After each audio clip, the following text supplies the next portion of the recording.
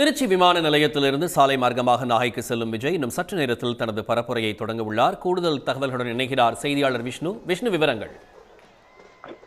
தமிழக வெற்றி கழகத்தின் தலைவர் விஜய் தனது தமிழ்நாடு முழுவதும் இருக்கக்கூடிய இடங்களுக்கு சென்று சுற்றுப்பயணம் மேற்கொள்ளும் விதமாக கடந்த செப்டம்பர் 13ஆம் தேதி இந்த சுற்றுப்பயணத்தை திருச்சியில் தொடங்கினார். இந்த நிலையில் இரண்டாவதாக தற்பொழுது நாகை மற்றும் திருவாரூர் மாவட்டத்திற்கு தற்பொழுது இன்று காலை சென்னையிலிருந்து கிளம்பிய விஜய் திருச்சியில் விமானம் மூலமாக திருச்சியில் இறங்கி சாலை மார்க்கமாக தற்பொழுது நாகை மாவட்டத்திற்கு வந்து கொண்டிருக்கிறார். திருவாரூரில் இறங்கி, அதாவது அவருடைய பிரச்சார வாகனத்தில் ஏறி தற்பொழுது அந்த தேசிய நெடுஞ்சாலையில் வந்து கொண்டிருக்கும் விஜய் இன்னும் சற்று நேரத்தில் இந்த நாகையில் இருக்கக்கூடிய அந்த அண்ணா சிலை அருகே அவரது உரையை நிகழ்த்த இருக்கிறார். கிட்டத்தட்ட 35 நிமிடங்கள் அவர் உரையாற்ற இருக்கிறார். இங்கு அவர் உரையாற்ற இருக்கக்கூடிய சூழலில் இந்த தொண்டர்களும் பொதுமக்களும் இங்கு அதிகப்படியாக கூடியிருக்கிறார்கள். அது மட்டுமின்றி அவர் வரக்கூடிய சாலைகளில் ஆங்காங்கே தொண்டர்களும் பொதுமக்களும் கூடியிருக்கக்கூடிய காட்சிகளையும் பார்க்க முடிகிறது. காலை முதலே ஆங்காங்கே இருக்கக்கூடிய அந்த சாலைகளில் கொடியுடன் அங்கே அவரை வரவேற்கும் விதமாகவும் சூழ்ந்திருந்ததை நம்மால் பார்க்க முடிகிறது. இந்த நிலையில் இன்னும் சற்று நேரத்தில் விஜய் அவர்கள் இந்த புத்தூர் அண்ணா சிலை அருகே கூடியிருக்கக்கூடிய தொண்டர்கள் முன்னிலையில் அவர் உரை என்பதை நிகழ்த்த இருக்கிறார். இந்த உரை என்பது 35 நிமிடங்கள் உரை நிகழ்த்த இருக்கிறார். இங்கு இருக்கக்கூடிய பிரச்சனைகள் மற்றும் நாகப்பட்டினம் சுற்றி இருக்கக்கூடிய பிரச்சனைகளையும் இங்கு இருக்கக்கூடிய மக்களை சந்திக்கும் வகையிலும் அவர் அந்த உரையில் எடுத்துரைக்க இருக்கிறார். இதனைத் தொடர்ந்து இந்த உரையை முடித்துக் கொண்டதற்கு பிறகாக அவர் திருவாரூர் சென்று அங்கு மதியம் 3 மணி அளவில் அவர் அந்த உரை என்பதை அந்த மாவட்டத்திற்கு நிகழ்த்திருக்கிறார் என்பது தெரிவிக்கப்பட்டது. இந்த நிலையில் இன்னும் சற்று நேரத்தில் விஜய் இங்கு அந்த அண்ணா சிலை அருகே வரவிருக்கிறார். அவர் காலை 11 மணி அளவில் இந்த பிரச்சார பரப்புரையை மேற்கொள்வார் என ஏற்கனவே தெரிவிக்கப்பட்டிருந்த நிலையில் தற்பொழுது வரை விஜய் அந்த புத்தூர் அண்ணா சிலை அருகே வராத சூழல் என்பது ஏற்பட்டிருக்கிறது. காலை முதலே இந்த வெயிலையும் பொருட்படுத்தாமல் தொடர்ந்து தொண்டர்கள் இந்த அண்ணா சிலை அருகே தொடர்ந்து கூடி வரக்கூடிய காட்சிகளையும் நம்மால் பார்க்க முடிகிறது. இதற்கு முன்பாக சாலை மார்க்கமாகவே விஜய் வரக்கூடியதாக திட்டமிட்டிருந்த நிலையில் திடீர் மாற்றமாக இன்று காலை 8:30 மணிக்கு சென்னையிலிருந்து கிளம்பிய, அதாவது விமான மூலம் கிளம்பிய விஜய் திருச்சியிலிருந்து தேசிய நெடுஞ்சாலை மூலமாக, அதாவது சாலை மார்க்கமாக தனது காரில் இங்கு வருகை தந்திருந்தார். திருவாரூரில் பிரச்சார வாகனத்தில் ஏறிய விஜய் அவர்கள் தற்பொழுது இந்த தேசிய நெடுஞ்சாலையில் அந்த பிரச்சாரம் செய்யக்கூடிய, அந்த பரப்புரை செய்யக்கூடிய இந்த நாகை மாவட்டத்தில் அந்த புத்தூர் என்ற இடத்தில் அண்ணா சிலை இருக்கக்கூடிய அந்த இடத்தில் தற்பொழுது இன்னும் சற்று நேரத்தில் அவரது உரை என்பதை நிகழ்த்திருக்கிறார். விஷ்ணு, இப்போ விஜயின் பிரச்சார வாகனம் தற்போது எங்க வந்து கொண்டிருக்கு? இப்போ அந்த பிரச்சாரம் மேற்கொள்ற அந்த அண்ணா சிலை ரவுண்டானா பகுதியை வந்தடைய எவ்வளவு நேரம் எடுக்கும்? நிச்சயமாக இன்று காலை 8 மணிக்கு அவர் கிளம்பி இருந்த நிலையில் அடுத்த 1 மணி நேரத்திற்காக அவர் அந்த திருச்சி விமான நிலையத்தில் இறங்கி அங்கிருந்து சாலை மார்க்கமாக கிட்டத்தட்ட அடுத்த அரை மணி நேரத்திற்கு மேலாக அவர் தஞ்சாவூரை அடைந்திருந்தார். இந்த நிலையில் தற்பொழுது இந்த திருவாரூரில் இறங்கி பிரச்சார வாகனத்தில் இருந்து அவர் அந்த புத்தூர் அண்ணா சிலை அருகே வருகை தரக்கூடிய அந்த காட்சியிலையும் அந்த தகவலையும் நம்மால் பார்க்க முடிகிறது. இன்னும் சற்று நேரத்தில், அதாவது குறைந்தது ஒரு அரை மணி நேரத்திற்கு உள்ளாக அங்கு வருகை தருவார் என எதிர்பார்க்கப்படுகிறது. இதற்காக நீண்ட நேரமாகவே காலையிலிருந்தே அந்த தொண்டர்கள், தாவேகா தொண்டர்கள் தொடர்ந்து இங்கு கூடியிருக்கக்கூடிய காட்சிகளையும் பார்க்க முடிகிறது. விஜயை எப்படியாவது பார்த்துவிட வேண்டும் என தேசிய நெடுஞ்சாலைகளில் கூட ஆங்காங்கே தொண்டர்களும் பொதுமக்களும் கூடியிருக்கக்கூடிய காட்சிகளையும் நம்மால் பார்க்க முடிகிறது. அதிகபட்சமாக ஒரு அரை மணி நேரத்தில் விஜய் அந்த பரப்புரை இடத்திற்கு, அதாவது பிரச்சாரம் செய்ய உள்ள இடத்திற்கு வருகை தருவார் என எதிர்பார்க்கப்படுகிறது. இருப்பினும் இந்த காவல்துறையை பொறுத்தவரைக்கும் பலத்த போலீஸ் பாதுகாப்பு என்பது போடப்பட்டிருக்கிறது. அந்த புத்தூர் அண்ணா சிலை அருகே ஒரு 200க்கும் மேற்பட்ட காவல்துறையினர் குவிக்கப்பட்டு தொடர்ந்து பாதுகாப்பு பணியிலும் அந்த சாலையில் போக்குவரத்து சீராக இருக்கக்கூடிய பணிகளிலும் ஈடுபட்டு வருகிறார்கள். குறிப்பாக விஜய் அவர்கள் 35 நிமிடம் மட்டுமே பேசி செல்வதற்கான அனுமதி என்பது வழங்கப்பட்டிருக்கிறது. காவல்துறை சார்பாக இந்த 20க்கும் மேற்பட்ட நிபந்தனைகள் என்பது வழங்கப்பட்டிருக்கிறது. அது மட்டுமின்றி கட்சியின் சார்பாகவும் கடந்த முறை திருச்சியில் நடைபெற்ற இடத்தில் பல்வேறு அசம்பாவிதங்கள் நடைபெற்றது. குறிப்பாக பொது சொத்துக்கள் சேதமடைந்த நிலையில் கட்சி சார்பாக பல அறிவுறுத்தல்கள், கிட்டத்தட்ட 13 அறிவுறுத்தல்கள் வழங்கப்பட்டிருந்தது.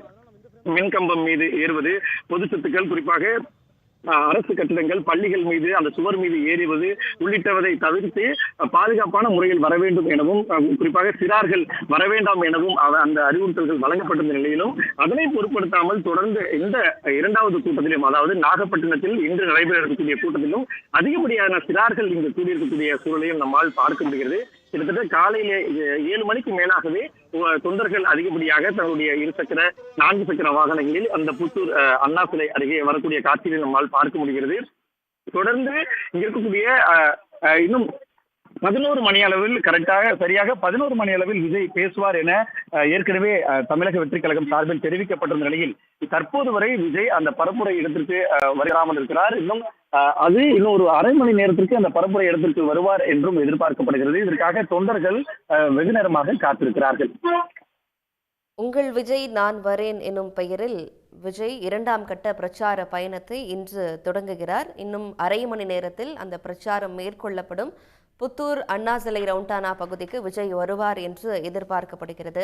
இப்போ விஷ்ணு கடந்த முறை திருச்சியில் அந்த மரக்கடை பகுதியில் உரையாற்றுவதற்காக போகிறப்போ வழிநெடுக தொண்டர்களும் ரசிகர்களும் குவிஞ்சிருந்தாங்க. வாகனமே நகர முடியாத அளவுக்கான கூட்டம் காணப்படுது. ஆனால் இன்றைய தினம் அவருடைய பிரச்சார வாகனத்தை பார்க்கிறோம், அங்கே கூட்டம் எதுவும் தென்படலை. என்னென்ன நிபந்தனைகள் காவல்துறை தரப்பில் விதிக்கப்பட்டது? நிச்சயமாக கடந்த முறை, அதாவது செப்டம்பர் 13ஆம் தேதி விஜய் அவர்கள் முதல் சுற்றுப்பயணத்தை திருச்சியில் தொடங்கியிருந்தார். கிட்டத்தட்ட அதே இன்று அவர் பேச இருக்கும் அந்த 11 மணி என்ற அதே அடிப்படையிலேயே கடந்த திருச்சியிலும் அந்த நேரம் என்பது பட்டிருந்தது. ஆனால் விஜய் அவர்கள் கிட்டத்தட்ட 5 மணி நேரத்திற்கு மேலாக கடந்துதான் அந்த முதல் திருச்சியின் அந்த முதல் இடத்திற்கு வந்து தன்னுடைய பிரச்சாரத்தை மேற்கொண்டார். இந்த நிலையில் பல்வேறு விதமான அந்த கூட்ட நெரிசலும் பொதுமக்கள் பாதிப்பும் அதே போல பொது சொத்துக்கள் சேதமடைந்திருப்பதையும் நம்மால் பார்க்க முடிந்திருந்தது. இதனால் பல்வேறு இது நாகையில் நடக்கக்கூடிய இந்த 2வது கட்டமான அந்த ஒரு பரப்புரையில் காவல்துறையினர் பல்வேறு விஷயங்களை தவிர்ப்பதற்காக, அதாவது பொதுமக்களுக்கு சிரமத்தை தவிர்ப்பதற்காக, போக்குவரத்து சிரமத்தை தவிர்ப்பதற்காக கிட்டத்தட்ட 20 நிபந்தனைகள் விதித்திருந்தனர். அதில் மிக முக்கியமாக 12:25 முதல் 1 மணி வரை நிகழ்ச்சியை அதுக்குள்ளாக, அதாவது 1 மணிக்குள்ளாக இந்த நிகழ்ச்சியை முடித்திட வேண்டும் எனவும், வரவேற்பு கொடுக்க உள்ள அந்த வாஞ்சூர் ரவுண்டானா பகுதி தமிழ்நாடு புதுச்சேரி எல்லை என்பதால் பொதுமக்களுக்கு போக்குவரத்துக்கு எந்த ஒரு இடையூறும் ஏற்படக்கூடாது எனவும் தெரிவித்திருந்தது. அதே போல விஜய் செல்லும் கேரவன் வாகனத்தின் பின்னால் 5 வாகனங்களுக்கு மேல் செல்லக்கூடாது. அந்த வாகனத்தின் முன்பாகவோ பின்பாகவோ 2 சக்கர வாகனம், கார் அல்லது நடந்தோ தொண்டர்களோ உறுப்பினர்களோ செல்லக்கூடாது என்பதை காவல்துறையினர் தெரிவித்திருந்தனர். அதே போல விஜய் பயணம் செய்யும் சாலையில் பிரதான 2 கட்சிகள் இருப்பதால் அங்கு பிரச்சனைகள் வராத வண்ணம் தன்னார்வலர்களை வைத்திருக்க வேண்டும் எனவும், பரப்புரையின் போது வரக்கூடிய வாகனங்களுக்கு தாங்களே பார்க்கிங் வசதிகளை ஏற்படுத்தி செய்து கொள்ள வேண்டும்.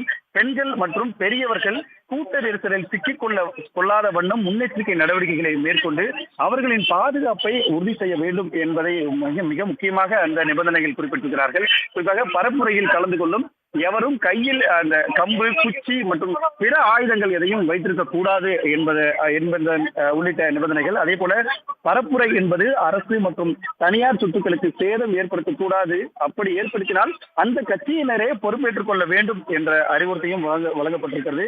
அதே போல புத்தூர் அண்ணா சிலை பகுதியில் ரயில்வே கேட் இருப்பதால் ரயில் பயணத்திற்கு இடையூறு ஏற்படுத்தும் வகையில் வாகனங்கள் ஆங்காங்கே நிறுத்தி வைக்கக்கூடாது. அதே போல இந்த புத்தூர் பகுதியில் உள்ள அண்ணா பெரியார் சிலை தடுப்புகள் ஆகியவற்றின் மீது ஏறிக்கொண்டு பொதுமக்களுக்கு இடையூறு ஏற்படுத்தக்கூடாது உள்ளிட்ட முக்கியமான சில நிபந்தனைகளை காவல்துறை தரப்பில் வழங்கப்பட்டிருக்கிறது. குறிப்பாக உயர்நீதிமன்ற உத்தரவுப்படி தேசிய நெடுஞ்சாலையிலும் மற்ற சாலைகளிலும் இருபுறங்களிலும் விளம்பர பதாகைகள் வைக்கக்கூடாது உள்ளிட்ட 20 நிபந்தனைகளை காவல்துறை தரப்பில் கட்சி சார்பில் கட்சியினருக்கு வழங்கியிருக்கிறார்கள். இதில் 1 மணிக்குள்ளாக முடித்துவிட வேண்டும். குறிப்பாக பொது சொத்துக்களை சேதப்படுத்தக்கூடாது, பெண்கள் மற்றும் பெரியவர்கள் கூட்ட நெரிசலில் சிக்கிக் கொள்ளக்கூடாத வண்ணம் பாதுகாப்பு நடவடிக்கைகள் உள்ளிட்ட மிக முக்கிய நிபந்தனைகள் என்பது வழங்கப்பட்டிருக்கிறது. அதே போல இந்த அறிவுறுத்தல்களை நிபந்தனைகளை தாண்டி தமிழக வெற்றி கழகத்தின் சார்பிலும் கிட்டத்தட்ட ஒரு 13 அவர்களுக்கான, அதாவது தொண்டர்கள் பொதுமக்களுக்கான அந்த அறிவுறுத்தல்கள் என்பதும் வழங்கப்பட்டிருந்தது.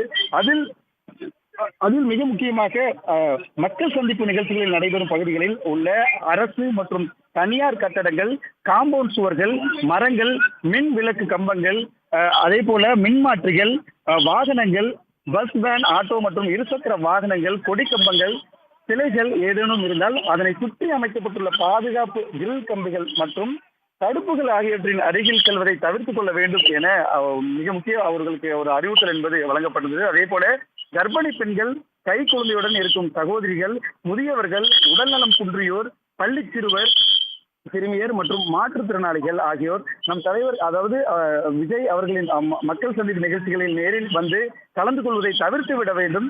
வீட்டில் இருந்தபடியே நேரடி அதாவது தொலைக்காட்சிகளில் நேரலையில் கண்டு பார்க்க வேண்டும் எனவும் அவர்களுக்கு அந்த அறிவுறுத்தல் என்பது வழங்கியிருந்தது. ஆனால் இந்த அந்த அறிவுறுத்தலில் குழந்தைகள் அதாவது சிறார்கள் அதிகப்படியாக இந்த கூட்டத்தில் இருப்பதை நம்மால் நேரடியாகவே பார்க்க முடிந்தது.